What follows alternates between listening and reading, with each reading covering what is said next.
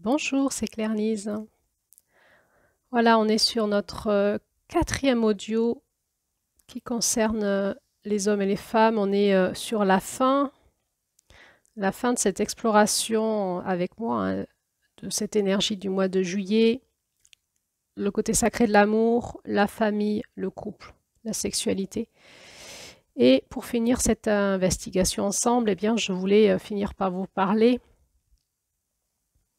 euh, de certains couples qui semblent avoir un destin ensemble.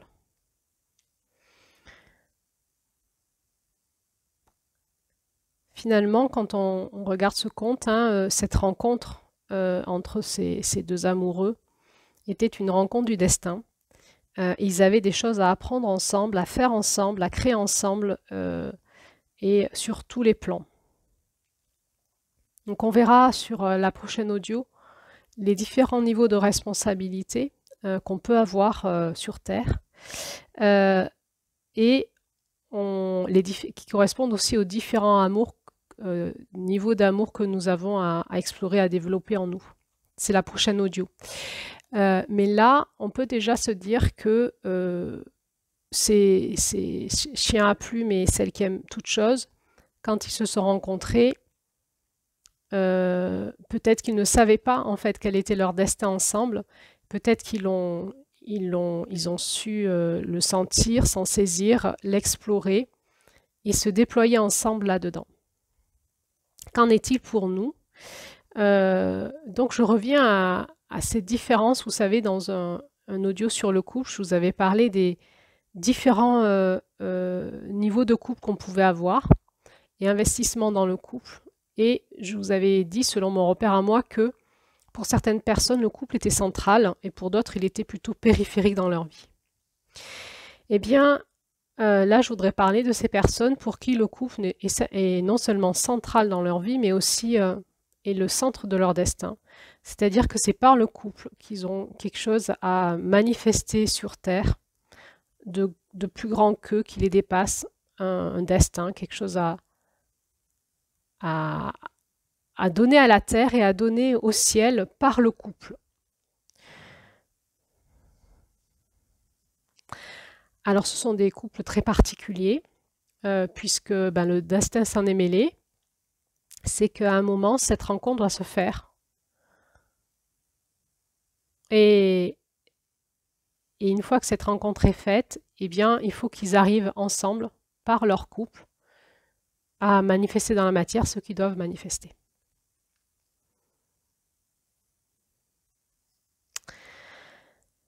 Je reviendrai aussi sur un audio bonus par rapport au phénomène des flammes jumelles qu'il y a actuellement depuis plusieurs années dans le monde du développement spirituel. Ce conte nous parle de quelque chose aussi de comme ça et il me paraissait important de pouvoir quand même le nommer.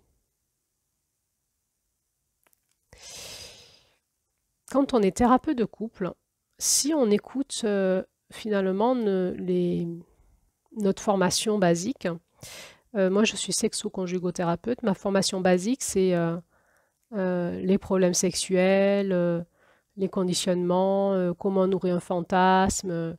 Enfin, c'est des fois très mécanique, pratico-pratique, pas forcément beaucoup spirituel. Et quand on vit certaines formations pour être thérapeute de couple, la notion de la spiritualité, voire même de l'amour, n'y est pas. Technique cognitivo-comportementale, technique de communication, accompagner à la séparation. Voilà, il y a plein de choses, mais finalement, on est finalement dans l'enseignement qu'on a, on reste à la porte de l'Est. Gérer la dualité et essayer que chaque personne trouve ce qui est juste pour elle pour pouvoir se positionner et éventuellement se séparer. On aborde peu les questions des rencontres des âmes dans le couple, et donc après toutes les techniques de guérison, les rencontres karmiques, et puis la notion spirituelle d'un couple. Par contre, on va mettre en place des repères dans la psychologie Et donc, c'est bienvenu, hein, c'est cette étude de la compréhension de l'enfance et du couple et de l'amour nous a permis de mettre en place certaines référentiels, comme les référentiels sur l'attachement, les scénarios relationnels, etc., qui nous aident à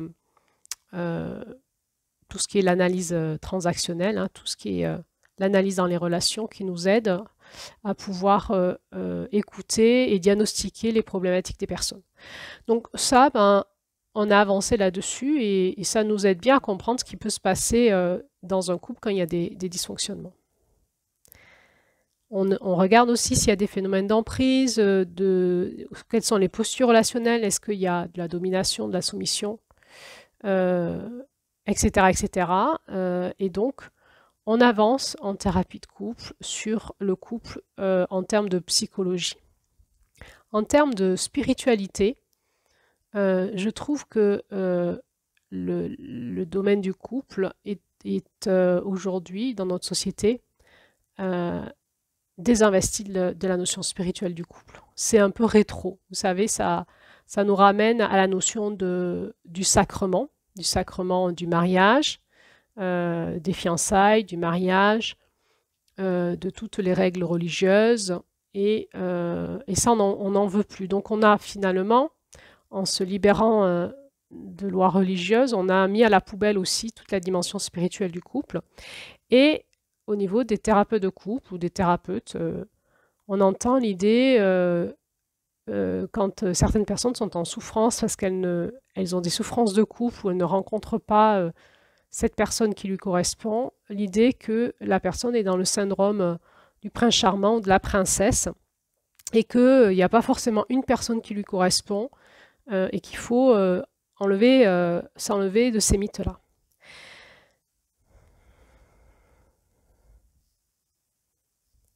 Qu'est-ce que j'essaye de dire là? J'essaye de dire qu'il y a finalement peut-être encore aujourd'hui chez les thérapeutes de couple certains niveaux aussi d'évolution à avoir sur la notion du couple, et on est thérapeute de couple par rapport à la formation qu'on a eue au niveau de nos formateurs et au niveau qu'on a nous-mêmes. Pour moi, il y a plusieurs écoutes à avoir quand il y a des problématiques de couple. Quel type de couple j'ai en face de moi ou quel type de célibataire en souffrance j'ai en face de moi. Et finalement, toujours la même chose. Quel est son nom de forme? Quel est son février? Alors, c'est pas moi qui vais le savoir. Je peux le pressentir, je peux le ressentir, je peux questionner, mais je vais surtout amener la personne à aller le découvrir en elle-même. Par des travails, par divers travails. Je vais essayer de me mettre des repères et cette roue m'aide à les mettre. À quel niveau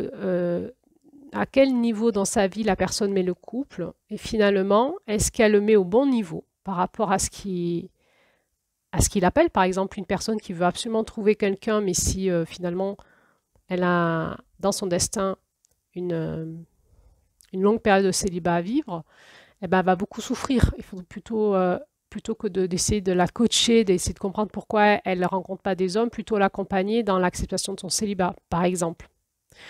Ce qui n'est pas facile. Mais comment le sait-on? On ne le sait pas. On ne peut pas, finalement, ça serait une forme d'emprise. Le thérapeute est neutre. Par contre, on peut, dans notre regard thérapeutique, l'écouter, c'est-à-dire écouter tous les aspects possibles sans privilégier un aspect en particulier, si ce n'est si la personne s'y engouffre dedans. Si la personne s'y engouffre dedans, ben on l'accompagne, mais on peut toujours questionner, est-ce que c'est le bon chemin? Quand il y a beaucoup de souffrance et quand toutes les portes se ferment. Et puis, il y a ces personnes qui arrivent avec une certaine forme de présence en elles, de conscience spirituelle, de puissance, de conviction intérieure, soit qui vous disent qu'elle a rencontré un homme et que c'est celui-là, soit qui vous disent qu'elle sait, qu'elle a le sentiment qu'elle va rencontrer quelqu'un et qu'il y aura quelque chose à faire avec quelqu'un. Évidemment, quand on est thérapeute de couple, on se pose toujours la question, est-ce que on est dans un problème d'attachement pathologique à quelqu'un, de fantasme, de transfert ou de mythe?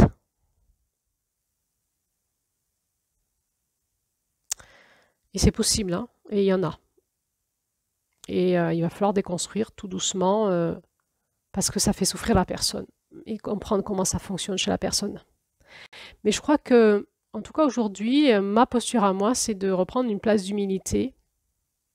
Et au lieu de dire à la personne, vous êtes dans le syndrome du prince charmant, il n'existe pas, plutôt de prendre cette posture de recul et d'ouvrir.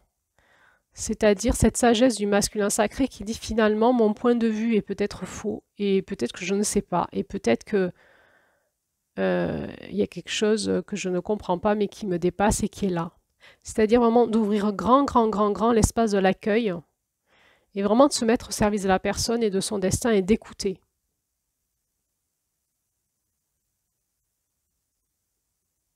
Alors c'est là où on développe des outils énergétiques, vibratoires, qui nous permettent d'aller investiguer certains espaces qu'on ne peut pas investiguer en thérapie conventionnelle. Et encore là, il faut être très prudent, parce qu'on peut orienter les personnes et les manipuler, ou se faire manipuler nous-mêmes. Pour moi, la posture, c'est vraiment d'ouvrir grand l'accueil du thérapeute et de sortir d'une forme de pensée thérapeutique qu'on nous a appris à l'école ou qu'on entend dire autour de nous dans la société. Il est de bon ton de dire qu'aujourd'hui, il faut sortir du syndrome du prince charmant et donc on va le répéter comme ça à nos patients. Et on peut faire du mal parce que parfois on peut se tromper. C'est-à-dire que la personne, elle attend pas son prince charmant, elle n'est pas là-dedans. Elle sait au fond d'elle-même qu'elle a une rencontre à faire et elle souffre parce qu'il y a une incohérence entre sa part spirituelle et sa psyché. Et la psyché met en doute. Et si le thérapeute met en doute avec elle, en fait, on accentue la dissociation entre son être spirituel et sa psyché et on aggrave le symptôme.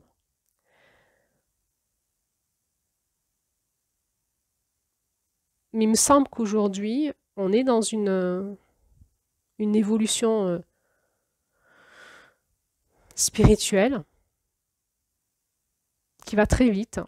Et il est possible qu'il y ait un contexte actuel où il y ait de plus en plus de personnes qui ont comme mission en elles-mêmes, comme chemin de vie, comme légende personnelle, de vivre un couple beaucoup plus sacré, beaucoup plus cosmique que ce qu'ont vécu nos ancêtres, en fait. Et là où il y a eu des couples un petit peu mythiques, hein, j'allais te dire, dans le passé, qui sont connus, peut-être qu'aujourd'hui, ce genre de couple, il y en aura un peu plus dans notre environnement, parce que peut-être que l'appel de la Terre, c'est de faire passer cette fréquence d'amour dans l'humanité.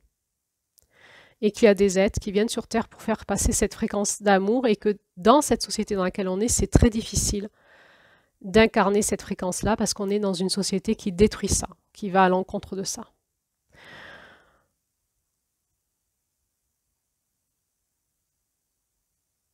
Voilà, pour conclure sur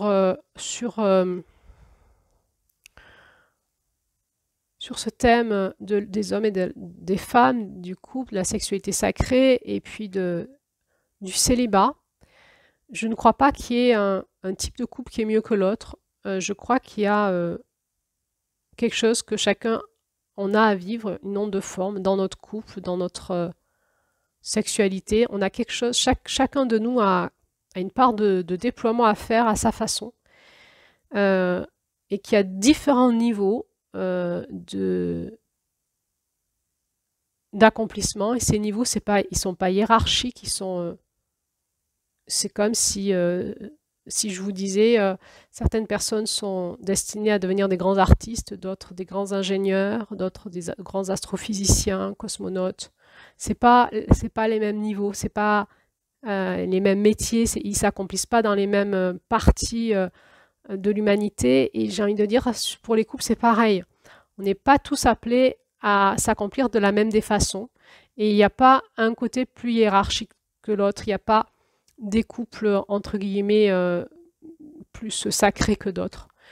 Par contre, quand on est dans un chemin de couple plus banal, j'ai envie de dire, et qu'on sent en soi un appel plus sacré, il y a peut-être une question aujourd'hui à se dire, Pourquoi je souffre dans mon couple?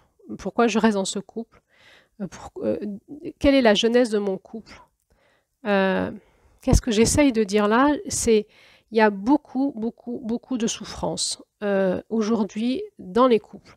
Soit parce qu'il faut rester à tout prix et il faut le couple étant le centre, étant vraiment quelque chose à comprendre en soi, on reste dans des couples toxiques avec l'espérance de transformer ce couple et un jour d'arriver dans l'amour ensemble.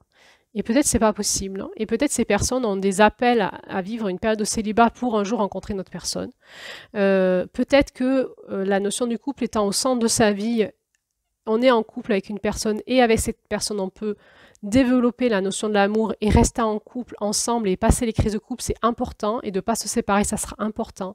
Et pour d'autres, ça sera important de se séparer parce qu'on n'est pas avec une personne avec qui c'est possible de faire ça, et à un moment de faire le chemin seul avant de rencontrer une personne avec qui c'est possible, ça sera important aussi. Donc toutes les configurations sont différentes, et il me semble à un moment qu'il est important, certaines personnes seront appelées au célibat pendant un temps. En tout cas, certaines personnes seront appelées à peut-être avoir plusieurs couples, d'autres non. Ce qui me semble important, c'est que chacun retrouve en fait en soi-même ce qu'il appelle à l'intérieur de lui et aille dans son destin. Parce qu'on est trop déchiré aujourd'hui par les influences de la société, de nos amis, de nos familles, de nos croyances, des communautés que l'on côtoie. Et on est ballotté à gauche et à droite et on est perdu. Il est important que chacun revienne à lui et redéfinisse quel est mon projet couple à moi, qui n'est pas le même que mon voisin. Et une fois que je l'ai vraiment investigué en moi, que j'en ai la conviction intérieure, parce que je me suis reconnectée à mon âme, à mon cœur et à mon être profond, et je sais que c'est ça. Est-ce que ce que je vis actuellement dans mon couple, c'est OK pour moi? Voilà. Et sinon, comment ça peut évoluer? Voilà. Et c'est vraiment d'être vraiment à l'écoute dans cette posture du masculin sacré, par la prière, à la reconnexion à ces fréquences au-delà de notre mental. Quel est le chemin? Quelle est ma position juste? Vers où j'avance? Pour moi et avec l'autre. Et de retrouver finalement une conscience individuelle pour pouvoir le créer, s'autoriser à le créer avec l'autre, cet autre, mais cet autre qui sera cette personne qui me correspond, et pas me forcer à rester dans des schémas qui ne me correspondent pas pour des idéaux qui sont peut-être les miens. Si pour moi le couple est important, il est possible que je me force à rester dans un couple parce que le couple est important et je veux passer mes crises de couple pour pouvoir avancer vers l'amour. Je le sens en moi, cet amour, mais peut-être que c'est pas je suis pas avec la bonne personne, peut-être que je suis dans un couple toxique, ou alors je suis avec la bonne personne, il faut que je continue avec celle-là. En fait, comme tout est possible, eh ben, je crois qu'aussi finalement la place d'un thérapeute de couple, c'est d'accueillir toutes les configurations possibles et d'aider les personnes à faire le tri en elles-mêmes et à y voir clair et à prendre les décisions qui leur sont justes.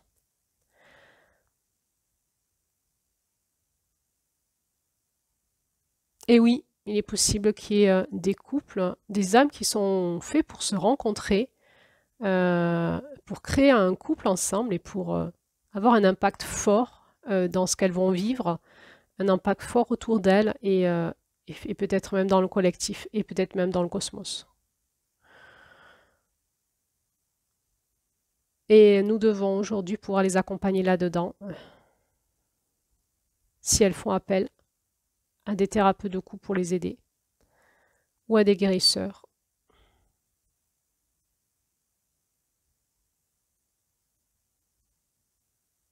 Parce que probablement que leur mission, elle n'est pas simple. Dans une société où tous les repères autour du couple et de l'amour et du sacré a explosé. De la même des façons, il faut qu'on puisse aussi décoder toutes les personnes qui arrivent avec des fantasmes, des influences aussi de communautés spirituelles, des fausses croyances, des histoires qu'elles se racontent, une forme de manipulation spirituelle, auto-manipulation autour d'un fantasme d'un couple sacré, cosmique, et donc qu'on puisse aussi décoder ces personnes-là, les accompagner dans leur souffrance à revenir dans le réel qui est leur vie à elles.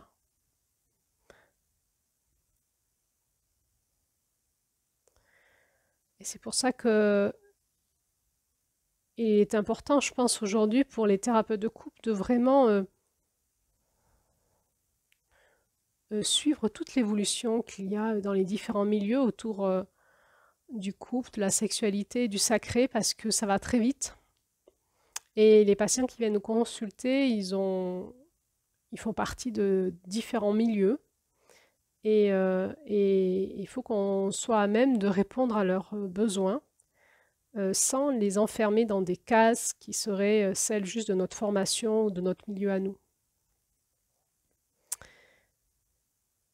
Et de mon point de vue, le monde du New Age est assez dangereux par rapport à ça. C'est-à-dire que c'est un monde qui crée de la confusion et qui va prendre des